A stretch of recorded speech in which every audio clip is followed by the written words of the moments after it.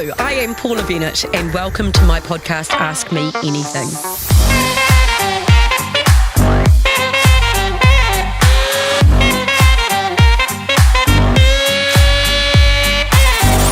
Through plenty of ups and downs in my life and have learnt a lot along the way. But now that I've got a midlife crisis reinvention under my belt, I know it's never too late to learn something new. That's why on this podcast, I'm going to be talking to Kiwis from all walks of life to hear about how they got to where they are and get some advice and guidance on some of life's biggest questions. My guest today is journalist and broadcaster Rachel Smalley. Rachel has been in the media for over 2 decades and worked across all media platforms, print, radio, digital and television, covering some of the world's biggest events. The reason I have Rachel in today is to talk about an initiative she founded called The Medicine Gap. Rachel is helping to shine a light on the crisis facing us when it comes to unfunded medicines. I recently, unfortunately, saw Rachel at the funeral, and this woman had battled so hard to get access to unfunded drugs. It feels timely and so important to have Rachel in here to talk today. Rachel Smalley, welcome in. Hi, Paula. Good to be here. Thank you. Right, a couple of rules for my podcast. Yes. Very easy. I'm allowed to ask you anything, but you don't have to answer. Ah, okay. That's awkward, right? And then the second one is we do a no judgy zone. So okay. It's a totally, no judgment. So that's easy. Okay, great. Those are the only 2 rules. All right. It feels odd. I'm used to you interviewing me. I want to call you minister. Yeah, see, it's weird, eh? I want to feel nervous and wonder what you're going to come the other way around. Yeah. So that's good. Okay, icebreaker questions. Favourite book? Well, favourite book would be Anne Frank's diary. Oh, yeah. And I got that when I was 10. Mum had a thing about always writing in the front covers, and there it is, 1981, Merry Christmas, from Mum. And it's a little leather-bound diary, and it was remarkable. I was 10 years old, and everything that was in that book I couldn't understand or make sense of, but it kind of, I think, helped guide me on my career into journalism. So much of what I've done and reported on over the years has centred around religion. So I always think back to Anne Frank's diary and whether that put me on the path to where I am. And very, very well written in that you could literally picture her. Yeah. In there, oh, yes. You know, like it's quite extraordinary. And in my version, there were photos. And, and everyone I think knows that photo of Anne Frank's diary. Interestingly, when I had my 21st, I went to Amsterdam and I went to Anne Frank's house as well, where she was. So that was a pretty extraordinary journey as well for me. Have you got a go-to party trick? Oh, probably a handstand. Oh. Yeah. Although, might not have done one of those for 18 months, probably for good reason. 51 now, Paula, so probably shouldn't be pulling out the handstands, but pretty handy at them. Yeah, there's always room for hands. Are you still on the beach out west? No, just moved during COVID, actually. So I had a solid 10 years at Piha, which was remarkable. Great place to bring up my little boy. But now I'm up near Peremiremo. Oh. Most people know that for the prison. But I've got about 3 hectares up that way. So, yeah, loving it. Because handstands on the beach. Yeah. Okay, so the reason I have you on today is to talk about your initiative, The Medicine Gap, and to talk about the crisis unfolding when it comes to unfunded medicine. And we're going to get to that a bit later on. So now we get to know you a bit further. So you've spent 2 decades across all media platforms, digital, print, radio and TV. Do you have a favourite? Oh, that's a really interesting question, actually. I think I'm probably best at TV, but my favourite would be radio. But I really wish I was a brilliant writer. So in terms of a brilliant writer for the written, the read word. So that's what I think where the greatest skill is. And brilliant writers I always have such admiration for. TV I found relatively easy and loved it.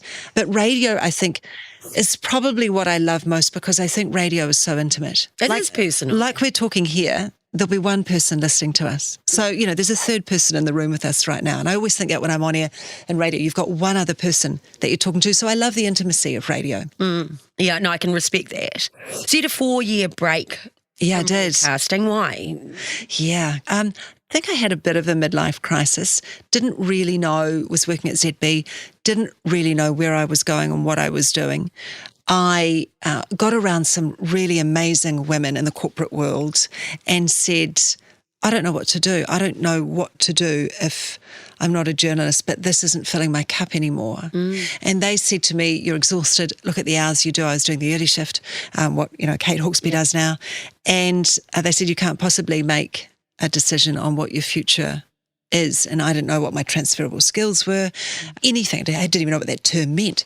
And so most of them said, hoik your mortgage up so that you can basically use your mortgage to pay your mortgage, take 6 months off and kind of just go and find yourself, which sounds quite cheesy, but that's what I did. And eventually found my way into some very remarkable jobs, including working for the Ministry of Housing and working for KiwiBuild. Wow. Go figure that. Yeah. Yeah. I'm still trying to figure that. Yeah. But I remember when KiwiBuild was first announced and I thought, yeah, that makes sense. And maybe it didn't make sense, but I loved the idea of it. And I thought enabling people into homes, the whole concept was, I thought, really clever.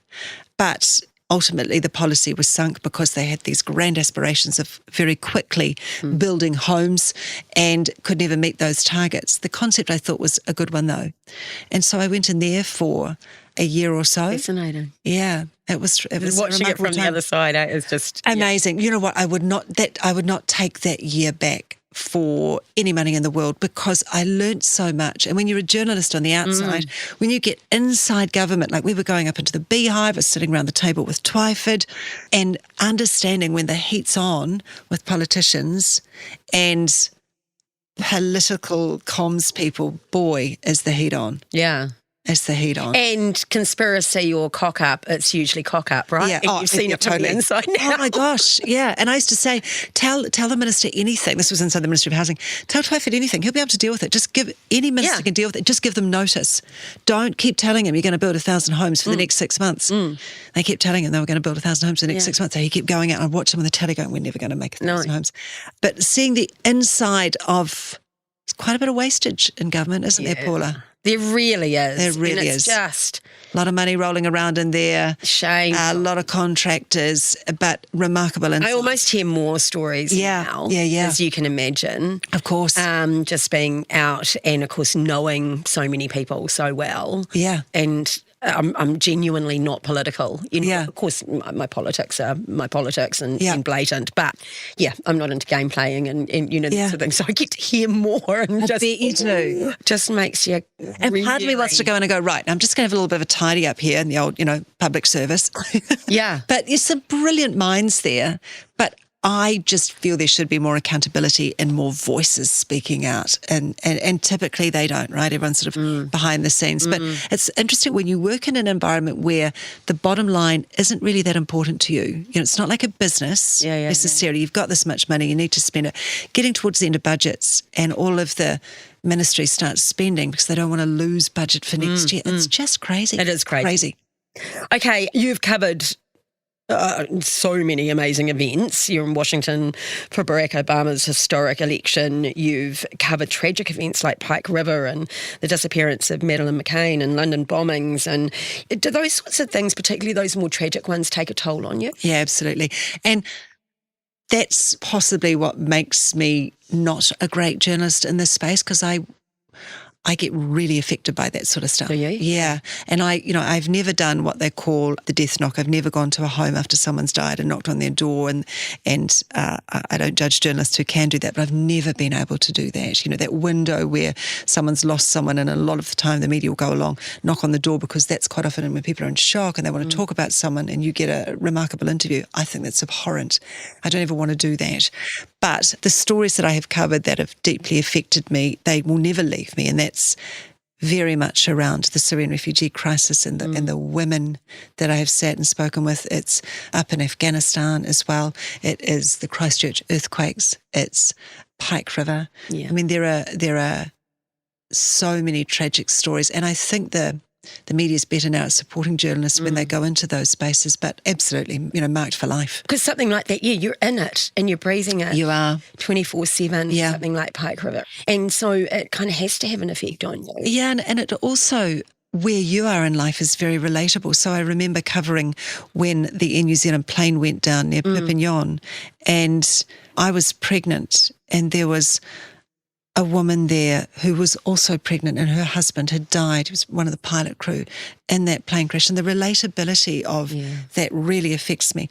Pike River, I had just sort of recently left my little boy for the first time. He was only a couple of years old. And women there who'd lost their sons or had little children, talking to them and interviewing them, it cannot not affect you. No. And so that really, I really struggle with. And I think about those people from time to time about where they're at in life. My son is now 13. I wonder how some of those women are getting on with their children are, at the similar age. What's their journey been like over the last few years? Well, Rachel, you're someone that also gets involved and does something about something. So next up on Ask Me Anything, we're going to talk to Rachel about the medicine gap, what made her get into it, what we need to do to fix the issues around unfunded medicines, which quite frankly is now a crisis point.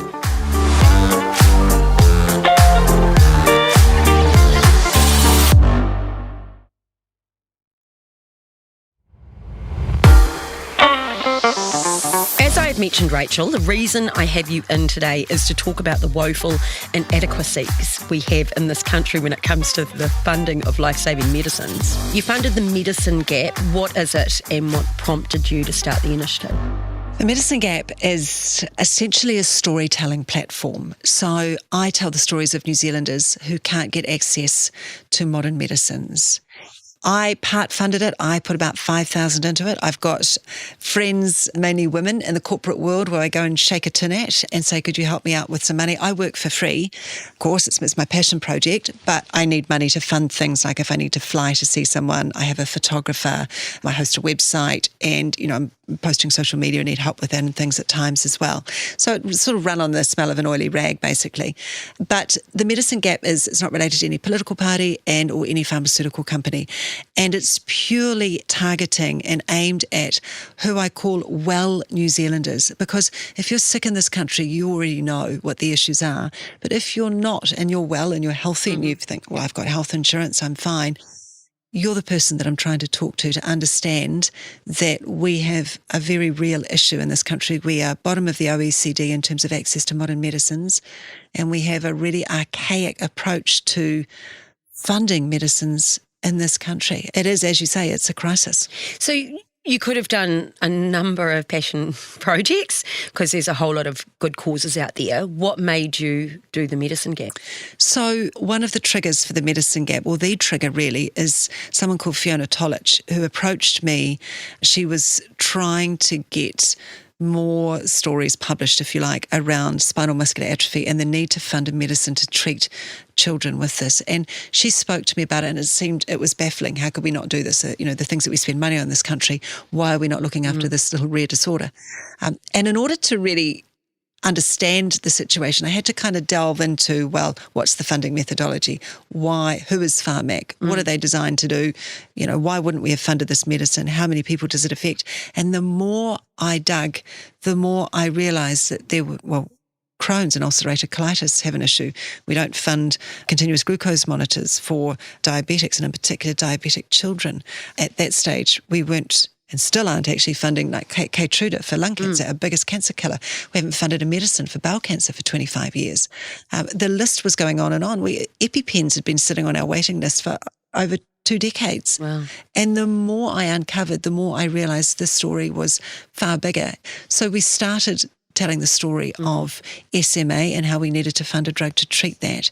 And then I felt like I kind of just needed to keep going. The only way I thought that I can make this relatable rather than just a news story here or there or, give a little to become a mechanism, still is, for survival in this country, was to actually start making it relatable to New Zealanders. And the only way I know how to do that is through storytelling. Yeah. So is Pharmac completely broken, in your opinion?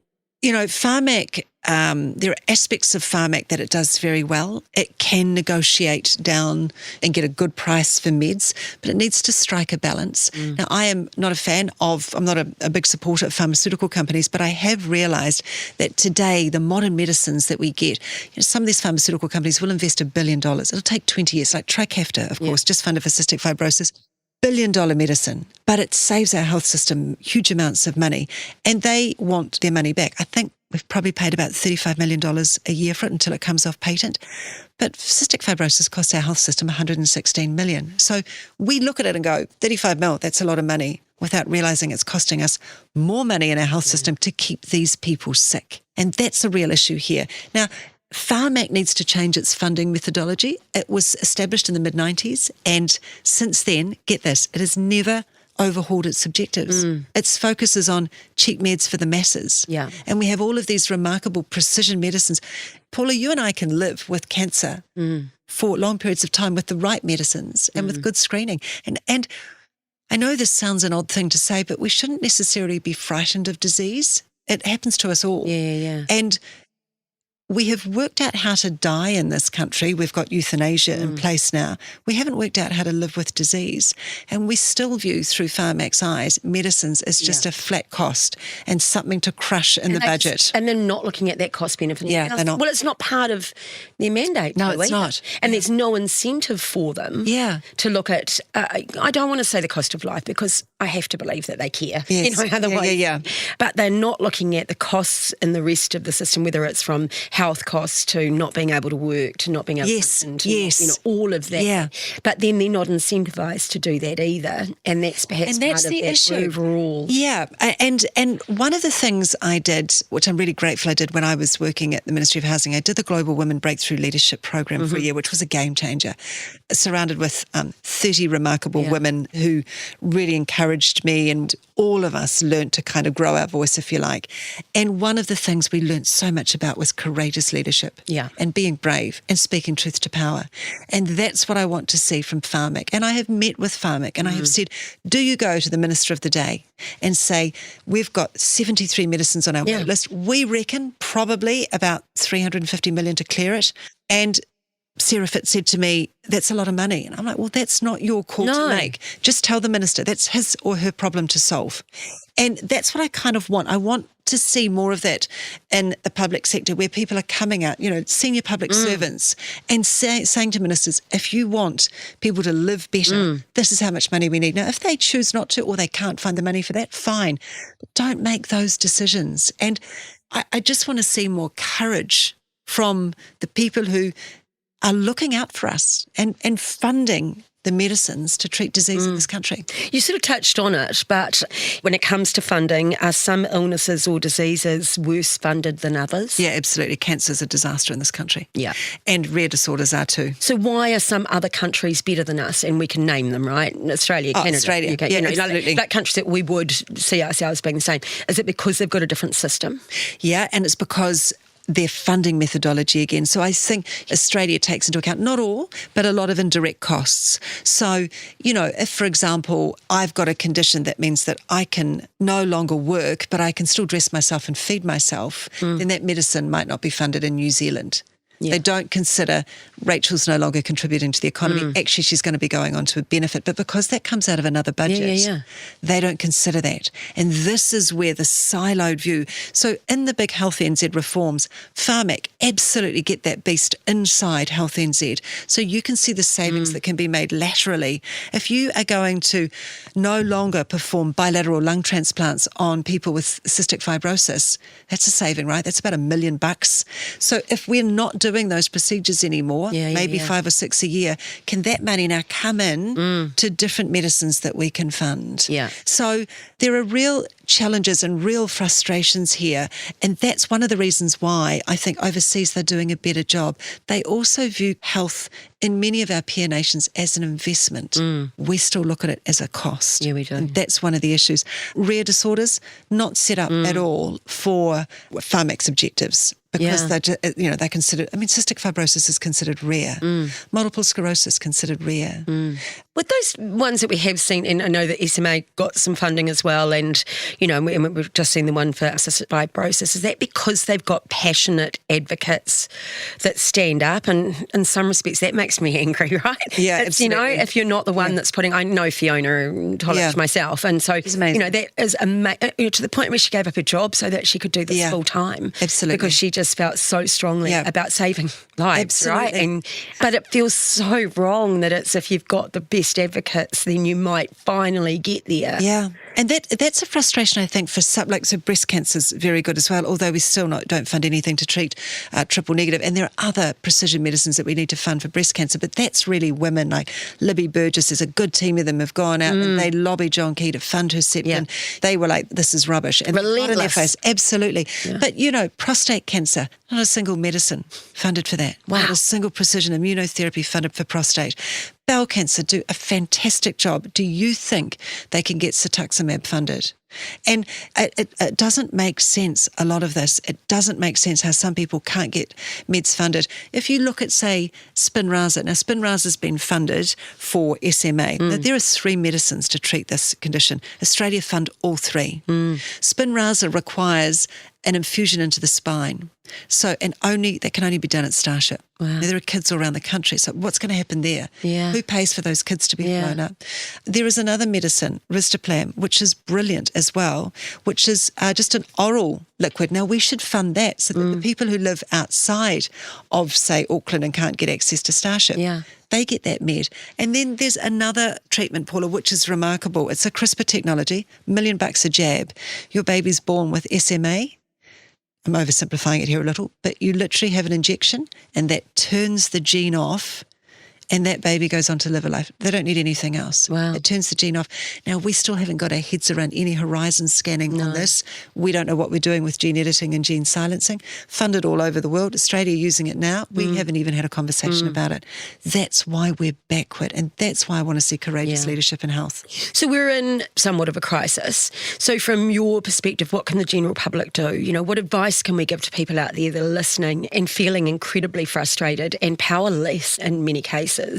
And what can they do? Okay, so a couple of things here. I tell everybody for a start, if you have any form of illness or you have a loved one who has an illness, the question you need to ask whoever is treating you is not how are you going to treat me, but you ask them, if I was your husband or wife or daughter or son and you had everything available to you in the world, Mr. or Mrs. Oncologist, what would you treat me with? Because what I'm learning is quite often oncologists will treat you with what's available, but they won't tell you that, well, look, if you can get 179 grand on your mortgage, you need Tecentriq to treat your breast cancer or what have you. So that's the first thing. Seek a second opinion, ask, and shake the cage. Yeah, and take someone with you that can absolutely, ask as well, because you can be so caught up. And boomers, as I said to my mother, terrible generation, are asking questions or pushing and what have you. You need to do that. Second thing, and this is not available to everyone, which is why inequity in medicine is growing. If you think that you're covered because you've got health insurance, you're not. So most health insurance policies, they might cover you for the first 10K on a medicine. You need to get medicines cover. I don't get any pushback from this, but Southern Cross do, and that actually gives you cover. AA, they offer something called non-pharmac. That's their policy for drugs. Wow. Isn't that remarkable? They actually name the government entity, non-pharmac, to get you drugs cover. So if you've got the financial capability, do that. But all I can ask is keep talking about it, keep sharing stories, keep advocating or, talking about it on social media because, as you know, governments wait for things to enter the narrative. Yeah. And that's when they pick things up in focus groups and what have you. So keep talking about the fact that we need medicines. And if you don't think it affects you right now, of course it doesn't, fine, but it will at some point. So it's really important we learn how to treat disease in this country. How do we sort of help with some of the, look, no disease is sexy, but, you talked about prostate, talked about bowel cancer and the drugs for that. How do we sort of get more attention on those kind of cancers and perhaps better access to those drugs? Because, I mean, God, I don't know anyone that doesn't know someone that's been affected. Yeah, absolutely. If you're talking about how you get access to them, there's a lot of managed access programs now in New Zealand. It's quite interesting. Drug companies, they can't talk about things necessarily. It's legally. They can't go out and advocate for what they've got. But certainly all the advocacy groups support them. They will always tell you what drugs are available if you need drugs. But consider too, when you're doing something, when you see something like, I don't know, the Auckland Marathon and there's the 10K walk, think about doing something for one of those advocacy groups because there's some really amazing work that they're doing. And if you can throw $100 at them, great. When you're giving out your Christmas presents this year, maybe offer up, and this is good for kids who've got quite a lot, offer to give them, if you give them money, split it. They've got to tell you what charity they're going to give to you, and then they get maybe $50 and the charity gets $50. So encourage that concept of gifting. Yeah, because we're not as good in New Zealand. No, we're not as good. No. We're good at natural disasters and tsunamis and that sort of thing. We're good at those charities because we relate to those. But we don't relate to health charities. And there are some amazing people doing great work out there. Yeah, absolutely. We're heading into an election year. What do you want from the government? Come on. I have 3 things.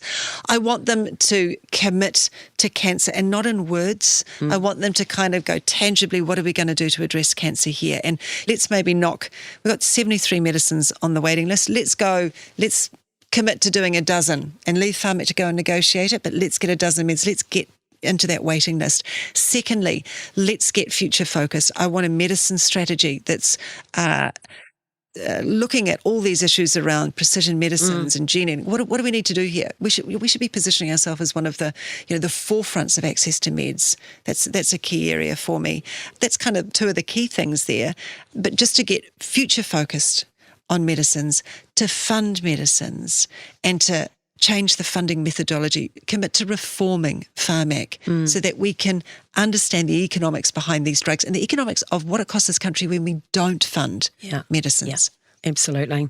Look, you're the first person I've been nervous about saying that you're allowed to ask me something now. Am I? Yeah, you are, because it's called Ask Me Anything, and I've been doing all the asking. So you're allowed to ask me something. Funny old thing. My late father had this dream for me to enter politics. He wanted me to stand. He's a farmer.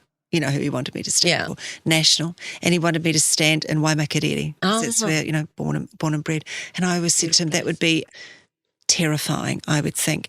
What is your advice? Because I have conversations with a lot of women about this who, you look at what the Teals did in Australia, those women who all stood because they were a bit cheesed off with, things not cracking on properly in politics.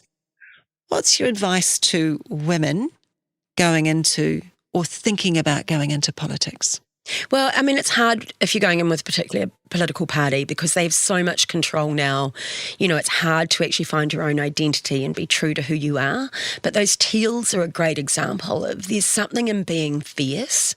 Yeah. And if you're actually sacrificing so much, because you will, right? But if you feel that passionate about it, and you have to feel that passionate about it, otherwise you shouldn't do it, then there is something in standing up and doing it your way. Yeah.